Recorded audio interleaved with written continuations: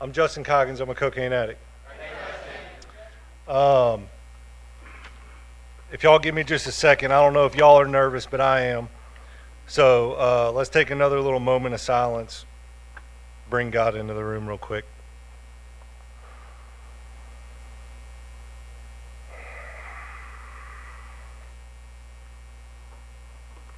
All right.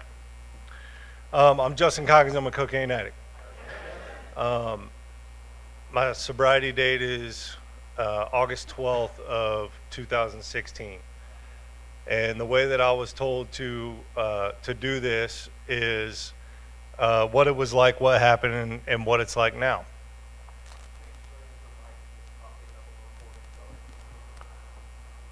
I don't know if I want to be recorded.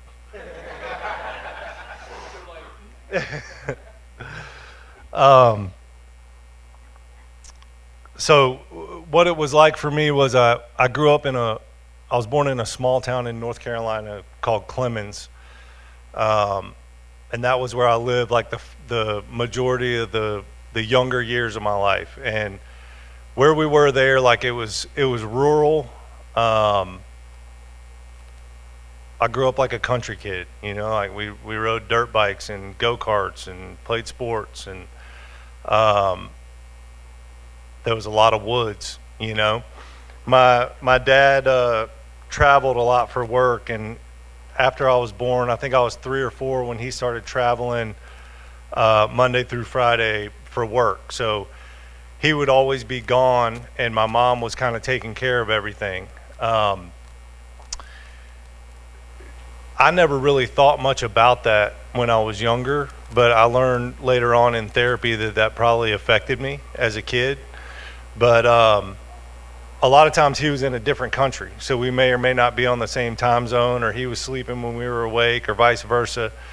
And I had externally I had a pretty good life. Like we had a house, my dad had a job, my mom was at home.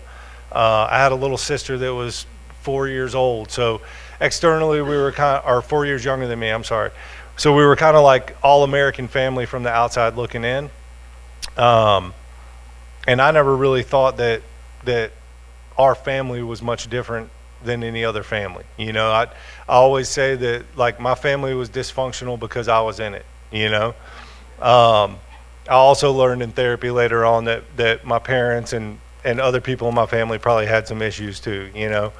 But my parents didn't have issues with substance abuse. So when I was growing up, man, I was free-spirited, but I learned at an early age that I needed to lie to make my way through the world.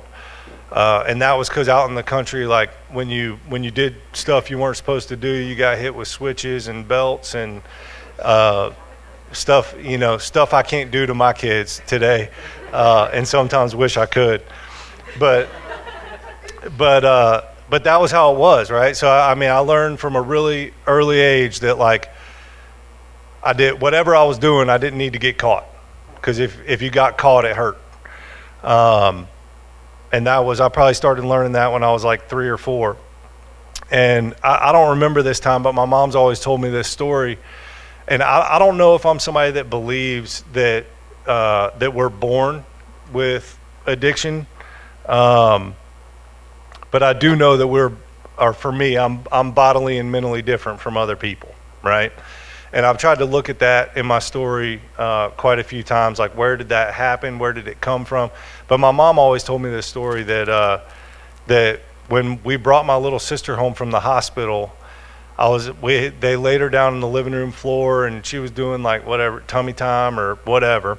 And I was playing with her, and after about 45 minutes, I looked up and said, "Can we take her back now?" And that's always made me remember, like, I was selfish and self-centered from an early age. Like I cared about what was happening in my life and what was going on with me. And if it affected you, I was sorry. I felt bad about it. I did have remorse, but it wasn't going to stop me, So while my dad was gone for work a lot and we lived out in the woods, my mom was home, but it was kind of like we took off during the woods or to the woods in the morning and came home at dinner time, you know. So I lived on this street. We lived at the end of this cul-de-sac. There was like 8 or 9 houses in there. And my best friend lived on that street, and his mom smoked Virginia Slims. And so we got a hold of those when we were like 8, and we would take those to the woods, you know. I didn't know why I was doing it other than just to do something we weren't supposed to do. For whatever reason, growing up, like I liked doing shit that I wasn't supposed to do. Even if I was going to get in trouble for it, you know, like it's just the way it was.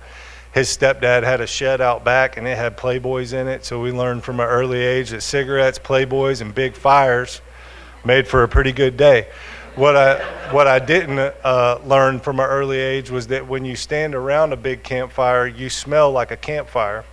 So every day when I would come home, my mom would say, "You're not supposed to be playing with fire. We told you not to play with fire." I'm like, "We didn't make a fire." But I learned when I was older, like I just smelled like a fire the whole time, right? So I wasn't a good liar either, and I wasn't good at not getting caught, and that comes up a lot in my story too. But we did go to church in that small town. We went to a little Methodist church, and the only thing I remember about church growing up was that we were always forced to go. It was never a choice for me from an early age to go to church. It was every Sunday we were going to church, whether you felt good, felt bad, had baseball that day, whatever, it didn't matter, we were going to church, right? And I hated that growing up. I didn't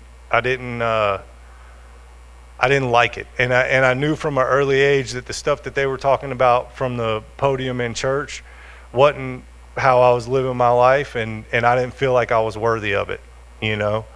And that's something I still struggle with. I'll talk about it later, but I've struggled from an early age to understand God and what my higher power looks like, you know, and what that relationship looks like. While I had the little sister, I always played sports growing up. I'm a big guy. I played basketball, football, baseball, and that was how I hid from all the other stuff that I was doing. I was always a good athlete, so I would get praised by day for doing that stuff, and then whipped by night for doing all the stuff that the rest of the community wasn't supposed to know about, you know. And that was kind of how my mom did things. She had her own thoughts about what our family was supposed to look like, and we weren't supposed to talk about the things that didn't look good out in public, you know. The people at the church weren't supposed to know about it. Your friends weren't supposed to know about it. Don't go to your friend's house and talk about it. Everything was supposed to look good all the time. So that was just kind of the message that I grew up with, was like, it's got to look good. If it doesn't look good, you lie about it, and make sure you don't get caught doing it, you know. So when we were about, I was in 5th grade, I think, or no, 6th grade. And my dad had been home like a few weeks in a row, which wasn't usual. And my parents came to me, my sister, I don't know if she's old enough to remember it, but they came to me and they were like, "Hey, we're going to take a trip to Atlanta for the weekend, and we're going to go to the World of Coca-Cola and all this stuff." And I was like, "All right, cool. Like, well, let's go do that." What we ended up doing was we ended up looking at houses in Atlanta all weekend, and come to find out we were moving to Atlanta. So we moved about halfway through my 6th grade year, and I hated Atlanta because we moved to a subdivision where the houses were right next to each other, and I raced BMX bikes at the time. They didn't have a BMX track. I'm like, what the hell am I going to do with these bikes? It was just a completely different environment than what I grew up in. You know, we moved from the country to the suburbs, and I felt out of place because I was used to a small town, and where we moved, everybody seemed to have more money than we did. Everybody drove nicer cars than we did.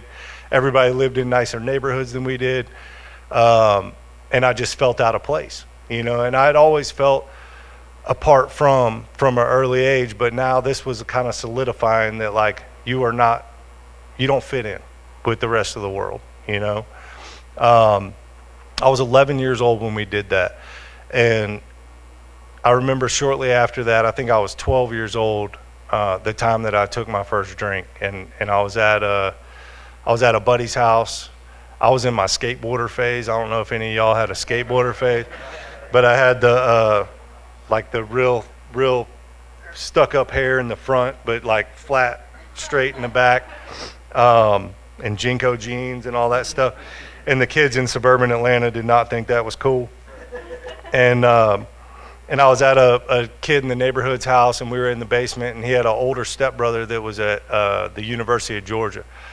So he came downstairs, and he had some weed with him, and his parents liked Grand Marnier, I think it was. So the first time I drank, we were supposed to get up and go to church in the morning. I took 7 shots of Grand Marnier, and I was babbling like an idiot, and my friend knocked me out so he could go to sleep for church in the morning. So, I mean, you could say that I drank and used alcoholically from the first time I did it. You know, like I was blackout drunk. I was 12 or 13 years old, had no clue what we were doing other than the stuff that tastes nasty also had an orange tint to it, and I wanted to do it again, you know. And I knew my parents wouldn't like that I was doing that. And at this time in my life, like if my parents didn't like it, I was damn sure doing it. So that kind of continued off and on until I got in high school, but wasn't really like a regular thing. I do remember buying a couple bags of oregano during that time, not really knowing what I was doing, you know. And that hurts. I've smoked crack too, and oregano is worse. But when I got into high school, drugs and alcohol became an escape for me. You know, like I was still playing the sports. I still played baseball, basketball, football. I was still involved in all that. My parents were still making us go to church, but instead of a small town Methodist church, we were now going to a big mega, like progressive mega church. And I still didn't feel like I fit in there. But when I went to high school, it was, you know, the double life that the book talks about. Like I was an athlete at school. I was going to show up. I was going to make good grades. But at night, I wanted to sell weed and be as high as I possibly could till I went to sleep, you know. So I got grounded a lot. That was my parents' favorite form of punishment after I got too big to spank. And so I was grounded a lot. And I remember my sophomore year, we were playing on a summer league baseball team, and I had that one friend that got his license before everybody else, you know, and that was the kid that I hung out with a lot, because it was a lot easier to smoke weed in a car than it was in your parents' basement. And we went to baseball practice one day, and our coach walked out on the field and grabbed my buddy Woody, and he was like, "Hey, it's time for you to go home." And I didn't know what happened, but Woody had left a lighter in his cup holder in his truck, and he left the door unlocked. So the bowl that we were smoking on the way there was also in that truck, and Woody got kicked off the baseball team. Well, my dad was gone a lot, but he wasn't stupid, and I hung out with this kid a lot. So that was the first time I ever had to take a drug test, and I didn't pass it. And if y'all are like me, that's a big part of my story too, not passing drug tests. But from that moment on, it was like havoc in my house for pretty much the rest of my high school career, because now the cat was out of the bag. My parents knew I was doing stuff I wasn't supposed to be doing, and they knew how to test me for it. So me and my dad did not agree on me being able to smoke weed every day. He didn't think that was a good idea. I thought it was a great idea. And we had a lot of arguments and a lot of fights over that, you know. But as I went on in high school, my using kind of progressed, and I was getting grounded so much that I started working when I was like 15 just to get out of the house. I went and I became a busboy at a little sports bar we had there in town. And because I could lie about when my shifts were, and you know, I had some freedom when I did that. So I worked during the day, and sports were in the afternoon, and I'd skip school but make it to practice. And I was a really good baseball player. That I should have gone to college for baseball, but I couldn't pass any drug tests for recruiters and stuff. And I'd be gone from school all day, and they'd show up to my game, and I'd be high as hell, trying to act like everything was okay. But when I was a junior, I ended up, my dad wanted me to go to a private school because he thought the kids in private school didn't use drugs the way that we did at public school. So my second semester of my junior year, I got sent to this Catholic school. We weren't even Catholic, but they had a 3-strike policy or a 2-strike policy. So I went to the interview with like the headmaster or whatever, the father, or whoever they call him. And they're like, do you use drugs or alcohol? And I was like, yeah, all the time. Because I didn't want to go. I'm like, I smoke every day. I drink on the weekends. Like, so it ended up, they were like, well, that's your first strike. So we'll give you get 2 though, right? So I made it 10 days, and then they got me out of class one day and gave me a hair follicle drug test, and I got kicked out of that school. And then I had to go to it was called Independence at the time, I don't know but like the alternative school where you're kind of self-paced, and you're in there with all the other kids who have gotten themselves in trouble. And the good part of that for me was I like to sell weed, and there was a lot of people that like to buy it there. So that was a plus. And then it was also self-paced. So whenever you got your work done, you got to leave for the day. So now instead of going to school all day, I'm in school from like 9 to 11 and telling my parents I'm in school till 3. And I'm driving around doing whatever I want to do. So everything just began to escalate at that point. And at that school was also, I met up with a kid for breakfast one morning, and we were going to eat breakfast at this little place and smoke before school. And he pulled this little yellow pill out of his pocket, and he was like, hey, try this. And it was an Oxycontin 40. And I don't know if any of y'all remember the original Oxycontin, but it was good shit. And so he told me, he said, just do a little bit of it. Don't do the whole thing. I did the whole thing. In my first period, I was white as a ghost. I went in the hall and threw up. My teacher was like, are you okay? I was like, I'm fucking great. I was like, I'm good. I'm going to stay. I'll be good. And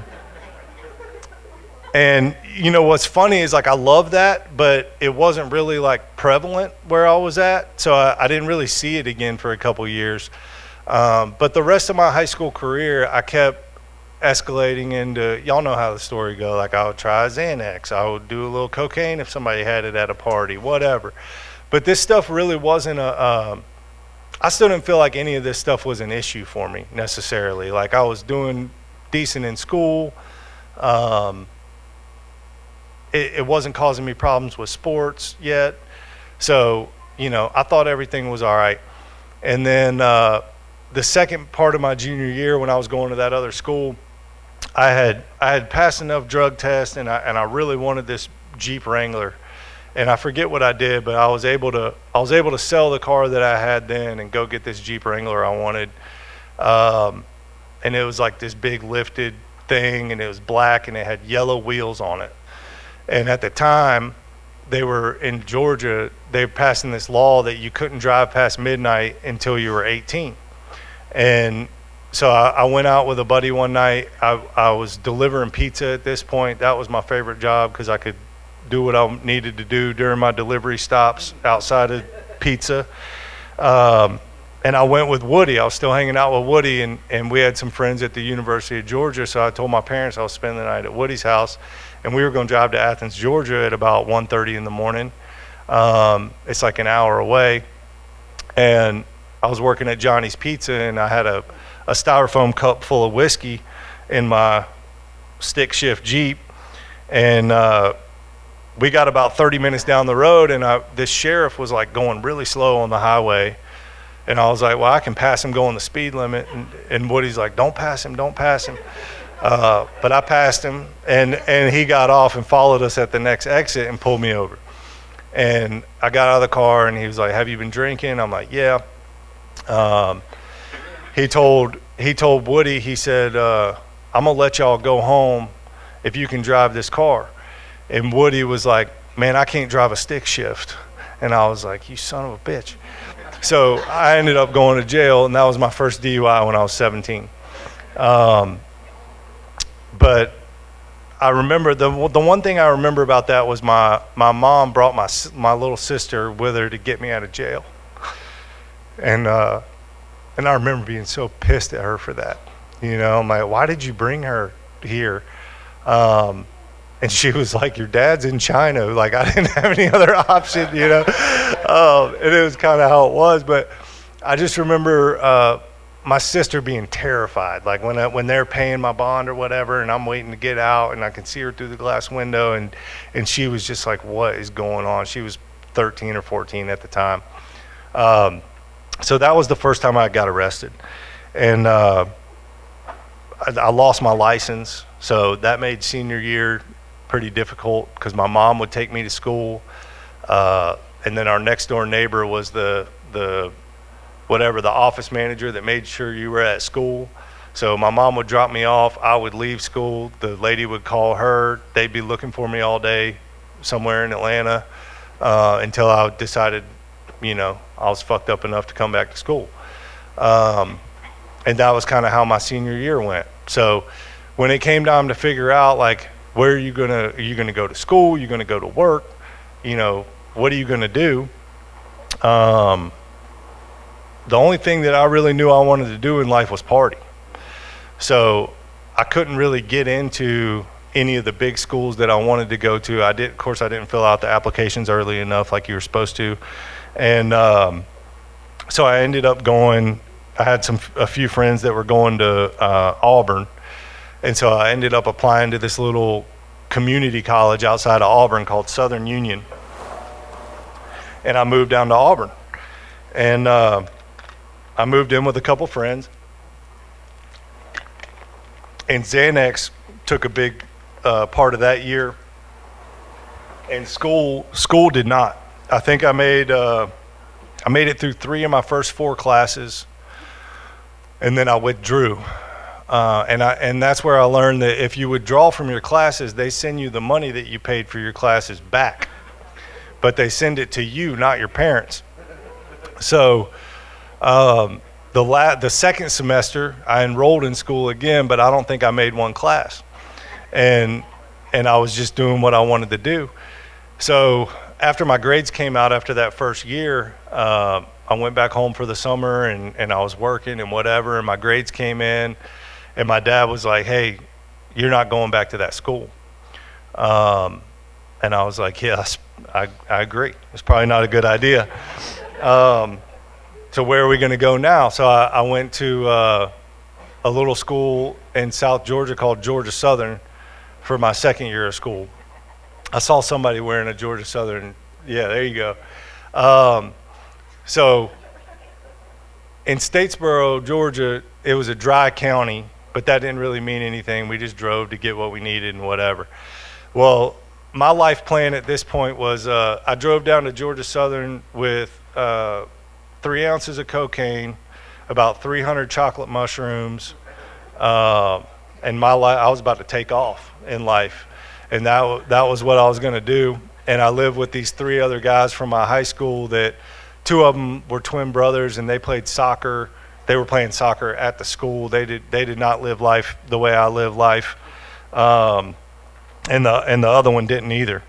So, you know, we're a few weeks in, and they're coming home from soccer practice, and I got a mountain of cocaine on my computer desk where my schoolwork's supposed to be. They're getting uncomfortable.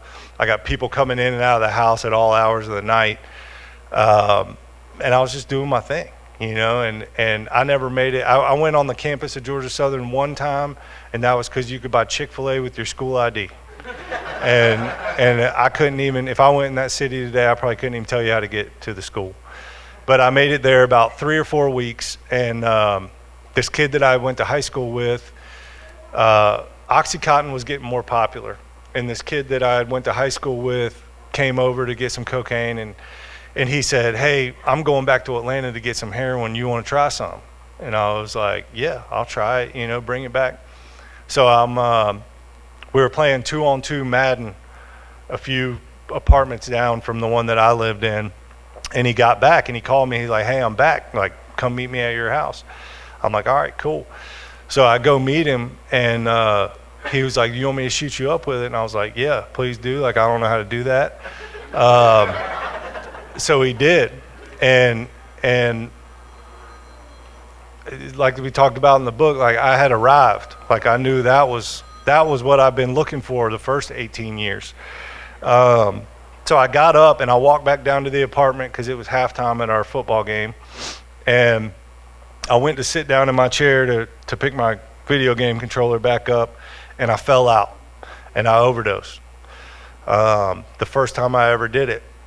And I woke up in the hospital, and one of my buddies was there, and he said, man, I called your dad. And I was like, why the hell did you do that? And my dad was like, hey, you're moving home. And the only thing I knew at that time was I was going to do that again. I'd just done too much, I'd just done a little too much. But I let him do it, and I was going to learn how to do that the right way. And so when I moved back to Atlanta, I was probably right at 19 years old, and I switched from the things that I was selling to selling OxyContin. I moved back into my parents' house. They didn't like that. We were still arguing all the time. And I remember I had made like $2,000 or $3,000 selling pills. And I got in a big fight with my dad one day. And like I was some like kingpin drug dealer. I threw like $1,500 bills at him. Was like, I'm getting the fuck out of here. Like, I'm moving out of this bitch. And I did. And I moved in with a guy. I got an apartment with another guy that sold the same pills I did. So we made it about 6 months in that apartment, and I was losing weight. I was white as a ghost. I didn't know what I was doing. I still got black marks on my insides of my elbows because I was trying to put so many pills in one syringe, and it would clog up, and I would melt it so it would get better. But then I wouldn't wipe it off. So I gave myself tattoos that I still got. And I remember one morning, I'm laying down in my apartment. I'm pretty sure I had a bed on the floor. And my dad and my grandpa showed up at the door. And my grandpa was kind of like my rock. And he didn't even live in that state. And he showed up, and they were just begging me to go to treatment. And I was like, all right.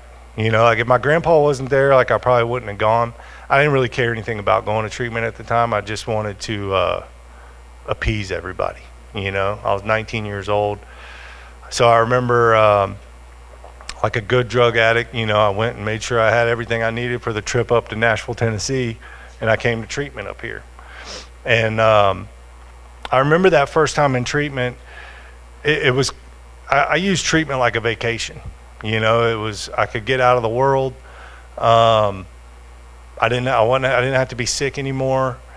But I also knew that I was smarter than you guys, and I didn't really need to listen to much while I was there. And I remember every time I would go to treatment when I was young, the older guys, like the guys that are my age now and in their 40s and 50s, would be telling you that old story, like, you got so much potential, you got so much life ahead of you, all this stuff. And I just remember thinking, like, I'm glad this stuff works for you guys, but like, I don't need all this,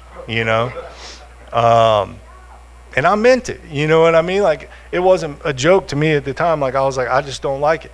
So when they told me about 12 steps and you can't ever drink or do drugs again, I thought, that's not the answer. And there's got to be a better way, because once opiates came into my life, nothing else really mattered to me for a few more years, And so I made it about 6 months out of that treatment, and then it was time to go back to treatment. And I told my dad, just don't send me to 12-step treatment. I don't want anything to do with AA, 12-step, none of that. And I guess my dad just Googled, like, but he didn't know what he was doing. He just Googled. I ended up in Battle Creek, Michigan at I went to Scientology rehab on accident. And if any of y'all are Scientologists in here, please, I'm not trying to offend you, but it was interesting experience. They put you in a sauna for about 30 days and fed you niacin, so you just walk out of the sauna blood red. It was a nightmare. But at this time I was so full of shit, and nobody in my life trusted me. You know, I was stealing from everybody, lying from everybody. So I remember at that treatment center, they had 2 payphones that you could use at lunchtime. So every day at lunchtime, I was hitting the payphones, and I was calling my dad, like, you got to get me the hell out of here, man. Like, and he was like, nope, you're staying. This was like a 6-month program. So I did that every single day, and everybody else in that place hated me because I wouldn't let anybody else use the phone. I used up the whole 30 minutes trying to convince them that this was not the place for me. And finally, this little kid from Indiana named AJ came in. He said, man, tell your dad to go to this website. It tells all the inside scoop about this place. So I called my dad that day. I'm like, look, I'm not going to bother you today. Just please look at this website. You know, I'm like 36, 37 days in. And so he's like, all right, I'll look at it. So I call him back the next day, right as the lunch bell rings. And he's like, look, just shut up. He's like, there's going to be a guy there tomorrow to pick you up at 12 o'clock. He said, he's going to take you to the Detroit airport. And if you don't make it, don't call me again. And I was like, got it. But this was not a place that you could really leave, you know, at will. So the next day, come about 11:55, I had all my shit packed, and there was this real long hallway down to the entrance road, and I had these 2 big bags. So I started walking down that hallway, and I was picking up speed, like with every office door that I passed, because people were coming out, where are you going? You can't leave. What are you doing? And I finally hit the entrance doors, and there was this huge Samoan dude with like a black Lincoln Town car, and he was yelling at them like, he's coming with me, and I'm like, I'm going with him. And I did, and I made it to the airport, and I made it home, you know. And 2 weeks later, I overdosed again.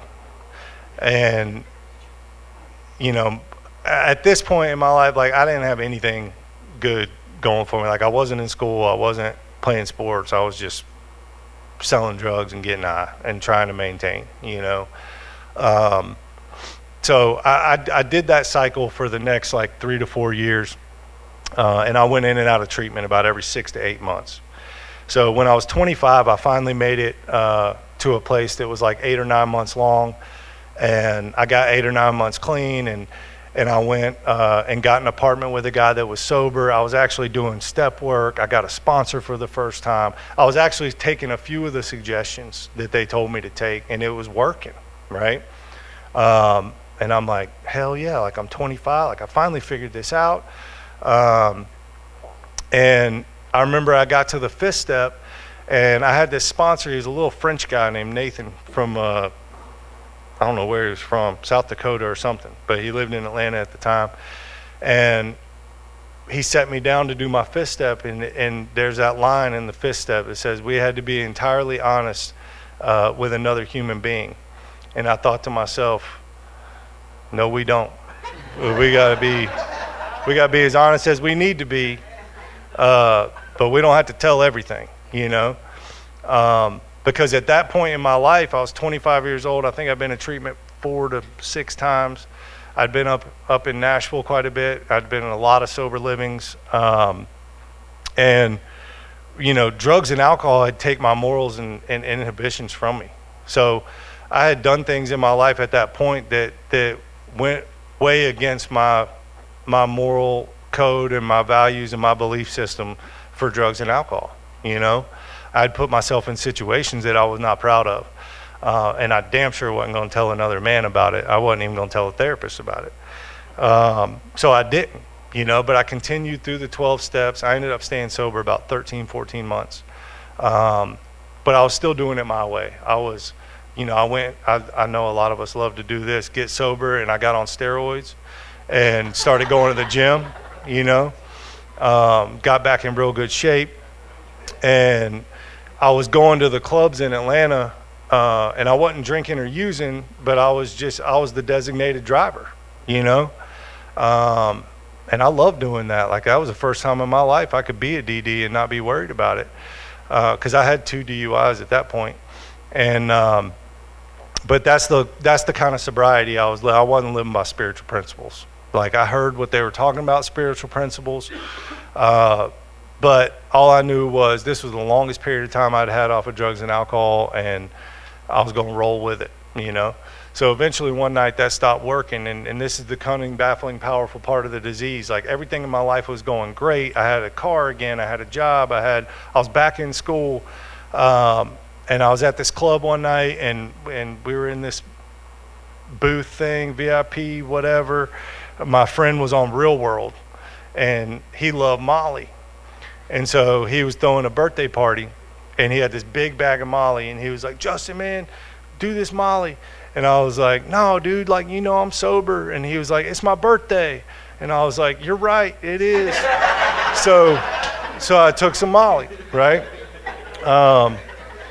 And I remember immediately when I took that, I was like, damn, like, how did that happen? I'm sitting in the middle of this club just filled with nothing but shame and guilt and remorse, you know? And that's not a good feeling on Molly, just FYI. But, you know, I remember I couldn't come down, so I went and got some cocaine and some opiates. And that became the next 4 years of my life. I love speedballing. And for about the next 4 years, that's what I did, man. I would wake up in the morning, I'd do a shot of cocaine, I'd throw up, and then I'd do some heroin to come down. And then repeat the cycle, you know. So after I relapsed, a couple weeks later, I overdosed again. This was, 5, 6, 7 overdoses at this point. And I decided I was going to do a geographical change. I had heard about that in treatment. So I decided I'm moving back to North Carolina. My grandparents lived in a little small town, even smaller than the one that I grew up in. And surely they didn't have the drugs that I like doing there. So I did, and I took some drugs with me just for safe measure. And the first week I was there, I overdosed in my grandma's house, and my lungs filled with blood and scared her to death, and I had to be on a ventilator and all the stuff, right? And I was determined, man. I was determined, like, this little small town's gonna work. I went and got a job at Chili's. You know, I was out of dope. I didn't know anybody there, but it didn't take long, you know, and I met a dude that knew how to get to Charlotte, a bigger city, and bring cocaine back. So I was shooting cocaine nonstop in my grandparents' house. They were very religious. But my grandma didn't know what, you know, she didn't know a whole lot about drugs and alcohol. So I had her pick me up energy drinks on the way home to mow the lawn. That was 4 Locos. And then I would ride around the pasture drinking 4 Locos and smoking blunts, and she thought I was drinking energy drinks and having a cigar while I was mowing the lawn. And I was still just, you know, lying, cheating my way through life. And so the next 4 years, I ended up getting a real good job there. I got a job at Verizon, and I was really good at sales because I was full of shit all the time. So I was selling cell phones in this little small town. I was making good money. My rent in that small town, I think it was $350 a month I paid for a 3-bedroom house. But if your addiction and alcoholism is like mine, I'm never satisfied with anything. So I'm making more money than I'd ever made in my life. I got my own house. And, you know, at some point I thought to myself, I need more money. So I wanted to start selling drugs again while I was working at Verizon. It doesn't make any sense, right? It's what the disease does to my mind, is it tells me I'm never okay, I'm never enough, and I'm never gonna have enough, you know? So I started doing that. I ran into another guy that had pills. Same thing the next 3 to 4 years. I ended up meeting a girl at Verizon. I took her hostage for a few years. Um, and I'll never forget, this was on my resentments and my fifth step, but she caught me shooting up one day in the bathroom, and wasn't happy about it. And she was like, I'm leaving, blah, blah, blah. Well, let me try it. And I was like, no, I'm not going to do this to somebody else's life. Well, of course, I wanted her to stay, so I let her try it, right? So we ended up getting high together the next few years. And then about 3 or 4 years into that, my little sister was still doing everything she was supposed to in life. She had gone and played college soccer, and she had got engaged. And everybody in my family seemed extremely happy with that. So I thought to myself, like, that's what I need to do. And my grandma didn't know, all the stuff that I was getting into, had given me this ring that was her mom's or somebody's ring. And so I was like, it's free. It's a free engagement. So I did it. I got engaged to this girl I had no business being engaged to. And that lasted another couple years until about 2016.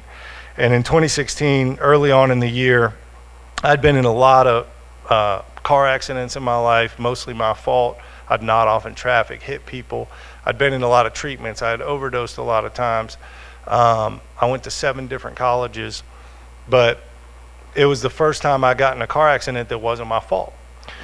So she's at work one day. I go see the dope man. I'm on my way back. We're on this 2-lane little lake road, and this lady in the other lane fell asleep and came over into my lane and hit me head on. So I don't know, it was like 60 miles an hour or something like that. And I woke up, I knew I was hurt bad, but I knew I was all right. And there was a lady following behind me, and I didn't know at the time, but it was one of my parents' neighbors. We were living in my parents' basement at the time, and because we got evicted from the apartment. That's another story. But this lady walks up to my window and she said, "Are you all right?" And the first thing I asked her was that my fault? Because I thought for sure, like, this was the time that I had nodded off and I had hurt somebody, And she told me, no, it wasn't your fault. It wasn't your fault. So they got me out of there. I had to get helicoptered to the hospital. I had a bunch of like cracked sternum and broken collarbone, broken nose, bunch of stuff. And I get to the hospital, and I had all the dope in my OtterBox phone case. I would always keep it between the rubber and the plastic piece. So the first call I made was to her to say, bring my dope to the hospital, right? I'm hooked up to all these machines. Like, they're already pumping me full of pain meds, but if you couldn't put it in a needle, I didn't want it at that point, So I'm doing drugs in the hospital, which wasn't the first time that happened either. And then I find out a couple days later that the lady that hit me had died in this car accident at the scene. And she was 51. She had an 18 and a 21 or a 20-year-old at the time, and she was a single mom. Nobody knew what she was doing going that direction. They had to find my iPhone stuff, and she was supposed to be coming home from work, but that would have been her going the other direction. She was coming this direction. Her kids didn't know why. Nobody knew why. And so, then like we had to get attorneys got involved and all this stuff. I couldn't walk for like 3 months at that point. So I'm in my parents' basement just eating pain meds and, wasting away really at that point. And around the same time, my grandpa that was kind of my rock had gotten brain cancer. And that was getting worse and worse and worse. So I finally got to where I could walk again. And about that time he was in hospice. And I remember when he was in hospice, I had my dope man coming up to the hospice parking lot because nothing stopped my addiction, no love, no money, nothing came before that. And I remember before he died, I'd been sober before, and he looked at me and he said, "I just want you to be clean again. I just want you to get sober again." And then he died a couple days later. And so about a month after that, I went to this addictionologist lady down in Charlotte, North Carolina, and I went in her office, and I wasn't really ready yet. And she said, "Are you ready to go to treatment?" Like right when I walked in, "You ready to go to treatment?" My parents had called her, and I was like, "No." And she was like, "Get the fuck out of my office." And I was like, I talked to a lot of therapists, but nobody had ever, said anything like that to me. So for me, that was an excuse, right? I'm like, cool, I'm out. I called her a couple months later. I said, all right, I'm ready. I said, just don't send me to Nashville, because I had been to treatment up here a lot. I'd lived in every halfway house we had, and got kicked out of all of them. And she said, you're not going to Nashville, you're going to Lobelville. And for those of y'all that know, Lobelville, there's a place called Stillwater's out there. It's a 12-step immersion treatment center that's kind of a no bullshit type place. And that was where I ended up. And my plan was to do 30 days and go back to North Carolina. I was still engaged, for God's sakes, But the second week I was there, I was sitting on this porch out there, and I was looking up at the sky. It was like 11 o'clock at night, this place out in the middle of nowhere. You could see all the stars and stuff. And I remember saying to God, if this 12-step bullshit is what you want me to do, then show me a sign. And I saw a shooting star. And it's like the cheesiest story, but it's true, right? And at that moment, I made my mind up. I said, all right, like this is what I'm going to do, So I did everything that place told me to do. I remember the day before I got out, that you got consequences out there when you didn't do the shit you were supposed to do. And the day before I got out, one of the counselors gave me a consequence because I hadn't had one, and you're not allowed to leave there without getting a consequence. But I just did everything I was supposed to, And he said, you're going to go to sober living? I said, sure, I'll do that. So I went to sober living, and my dad told me, he said, I'm going to pay for a month of your sober living, and by that time you better have a job, and if you fuck this up, don't call me again. And I knew, I had heard that a lot in my life, but I knew he meant it this time, And so that was what I did. And I went from this job at Verizon to working in this warehouse in Laverne for $14.50 an hour. And I hated that job. And I thought I was better than that job because I'm an egomaniac with an inferiority complex. Like I didn't have a car and I'd just gotten sober, but working in a warehouse, like that's where you're going to put me. But I did it, and what it did was it kept me out of trouble because it gave me, I worked from 9 to 5, I got off work, I go to the gym, I go to a meeting, I go to eat with some people from the meeting, and I go home. And I went to a meeting every day that first year. And I didn't want to do that either, but that's what I was told to do, And a few months in, I had a couple really good buddies that I had gone through treatment with. They were all doing good, so we went and got a house together. And I started doing my sobriety thing. But about 6-7 months in, I get a call from North Carolina, and it's the attorney from that car accident.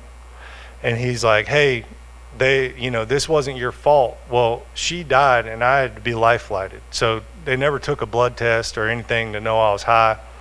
And he said, they want to settle this car accident.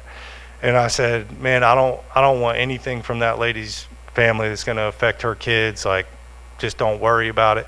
He's like, well, she had good car insurance. Like, the insurance is going to pay for it. I said, well, whatever the first thing is they offer you, you take it. And so he called me back a few days later, and they offered him $104,000, which was, I'd probably made that much money in my life, but I never kept any of it, right? So I called my dad and I'm like, hey man, I'm about to transfer some money to your account because I don't need this money. Like, I don't need it sitting in my account. I don't trust myself. And I didn't know what I wanted to do with that money, but I knew I wanted it to go to something good because a lady had died, for that money to be there. So my dad told me, he said, well, you owe me about $35,000. So I wrote my dad a check for $35,000. I went and bought a used Ford SUV because the car I had wasn't working out, and the last part of that money went towards the first down payment of the first sober living house that I opened.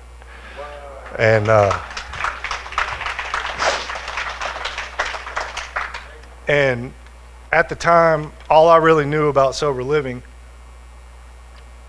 was that I had lived in a lot of them. And in the beginning, I lived in some nice ones. And after, 8, 9 treatment centers, my dad was like, look, dude, you can go where you can afford to go. And those weren't so nice. And so I wanted there to be a place that was affordable to anybody and that was done the right way. The right way to me means 12 steps, hardcore 12 steps. And so that was how we did it. I had a dude that I went through Stillwaters with. He was the first house manager. I lived there for the first couple months until I found him. And we ran it kind of like Stillwaters. Like it was, we did accountabilities at night, which was basically the 10th step out of the book. And you had to go to meetings and all the things. So I did that for about a year. And during that time, I'm pretty sure I'm not messing this up, but during that time I met a girl. She's here today. And I think I had 1 or 2 houses at the time. Something like that. But anyways, I was, a year and a half sober, something like that. I was still a mess. She was a mess, so it was perfect. And we got together. She brought her little son over to the house. We were watching football games and stuff. And we had groups of friends that would come hang out at our house. And her son said one night, he said, Mommy, I want to stay here. And I was like, I think that's a great idea. I think y'all should do that. She did not stay that night. I'm not going to tell on you. She did not stay that night, but we started talking, right? And we started a relationship.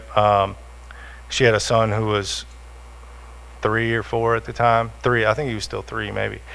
But anyways, then a couple years later, I was getting asked to open more sober living houses, but I couldn't afford to open more sober living houses because I was working at a golf course, and then I had the one house. And so I met a guy that was willing to help me do that. And I opened another one, and over the next couple years, I think I opened 6 or 7 more. We got up to 8 or 9. And during that time, we had our child together. And so now we got 5 and 11-year-old boys, present day. At the time, they were 5 or 6 and 1, 5 and 1. And we started our life together, Now, I had always told myself that I was not going to date somebody in recovery, and I was adamant about that. And I ended up doing that. And I don't know if that's a good thing or a bad thing. Don't ask me advice on that. I think the blessing for us is that we try not to be crazy on the same day, because we both have the gene, and our kids have the freaking gene too. They're wild. But over the next few years, I kept opening sober living houses. There just kept, God kept opening doors, and I would have told you my whole life that I was the most unlucky person. I also got arrested like 23 times along that whole journey, and I would have told you that I was the most unlucky person, and that God didn't care anything about me. And that's pretty much where my spiritual life was. My whole entire life was that, like, if there really was a God, he didn't want anything to do with me, because I surely wasn't doing anything to please him, but something was happening that was beyond my understanding. Because even though I went to 7 colleges, I never graduated from any of them. I didn't have a business degree. I didn't know what I was doing. I was learning pretty much just as I went. And now we're raising kids, and it got to the point where I didn't have to work at the golf course anymore. And now we're raising children. Now I got a stepson that I didn't, plan on having. I didn't know how to be a father. Luckily, his dad didn't either, so I had to learn. I shouldn't say that either, because his dad's pretty good today, but it took a while. But I was doing things in my life that this drug addict was not, capable of doing. I wasn't capable of running a business. I wasn't capable of raising children. I wasn't capable of staying in a long-term relationship that wasn't toxic. You know, we've had our moments, but I was doing all these things in my life that I knew was of a power that wasn't mine. You know, and my whole premise at that point was I wanted to help other people get through what I had gotten through. And I've tried to always keep it that way. But a few years ago, I got another opportunity to open a detox center. And that sounded like a really good idea at the time. But looking back on it, it was extremely stressful. And in treatment, they're worried about your insurance policy, not what step you're on. And I didn't like running treatment. So I ended up getting rid of the majority of that, and another company runs it. And but during that time, life got really hard because it was, I had a few things happen. I was trying to open this detox. One of my best friends I went through treatment with, we'd watched each other have children. The whole thing, he started doing some dishonest stuff in his life, and he didn't tell anybody about it. And he ended up getting high and overdosing and dying. And I watched him take his last breath on a hospital bed.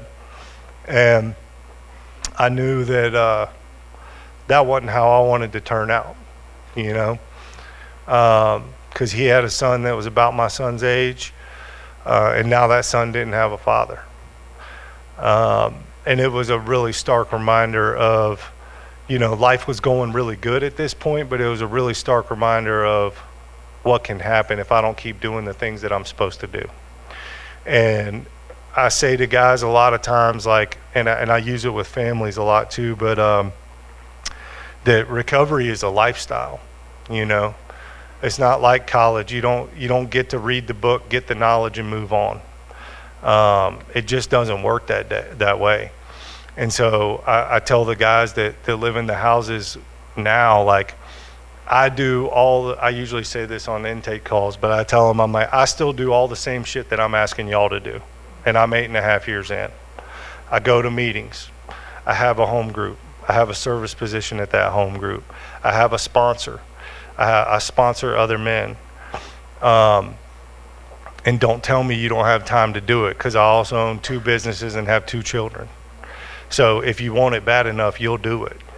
And if you don't move here, because there's other people here trying to get well, you know.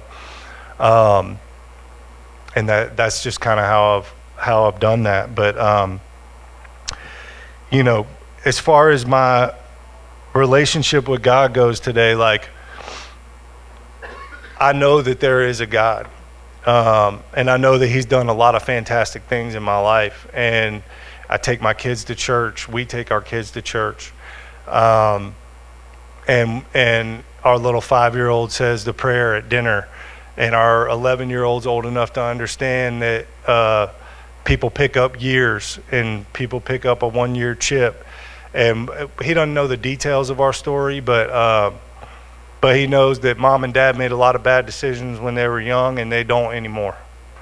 And I'm so grateful that neither one of my kids has ever seen me screwed up, you know. And I hope they never have to. But when it comes to God, man, I don't feel God every day. I don't wake up every morning and thank God to be here. I've had a lot of hard times in sobriety, you know. I've had people die in sobriety. I've had financial struggles in sobriety. I had kids in sobriety, which is extremely hard. Parenting is the hardest thing I've ever done. But the one thing that I do right all the time is I show up, and I'm persistent about it, you know. And I talk with sponsees about this sometimes. I have guys call me and say, man, I'm just not feeling it lately. You know, I don't like the meetings right now. I don't like talking to my sponsor, whatever it is. I felt all those things. But what I do know is if I keep going back to the basics, it eventually gets better. right? And I think that's the one thing that I haven't done wrong in recovery is I've never abandoned it. And I watch people every day abandon their recovery, and then what happens, is the money becomes more important, she becomes more important, and they relapse and they die. And if you've been here long enough, I'm sure you've seen people die too. I started in 2019 keeping a list in my phone. So today there's 15 sober living houses here that are mine. And I started in 2019 keeping a list of all the guys that lived at those houses and overdosed and died after they left. And I'm up to 51. That's 10 a year. And that's just the ones that I know about or find out about on Facebook, or their family calls me or whatever, right? There's more out there. So that lets me know like the disease is still winning on a daily basis. But I don't have to let it win in my life, And even through all the hard times with relationship, kids, whatever it is in sobriety, keep coming back. Like if you're new here, don't give up. I was the guy that everybody had sent me to treatment so many times. They're like, oh, well, Justin's going to treatment again, It was like another family reunion. Like it wasn't, nobody had any faith that I was going to make it. But if you're still breathing today, you got hope, and it can happen, And I'm a finish with a couple things. The one thing that I think changed me going to treatment every 6 to 8 months into staying in long-term sobriety was on page 30. It says we had to concede to our innermost self that we were alcoholic. I had to concede to my innermost self that I was alcoholic. I didn't want to be an alcoholic or a drug addict. Even though I had 3 DUIs in my life, I didn't think I had a problem with alcohol, really. It was the drugs that were my problem.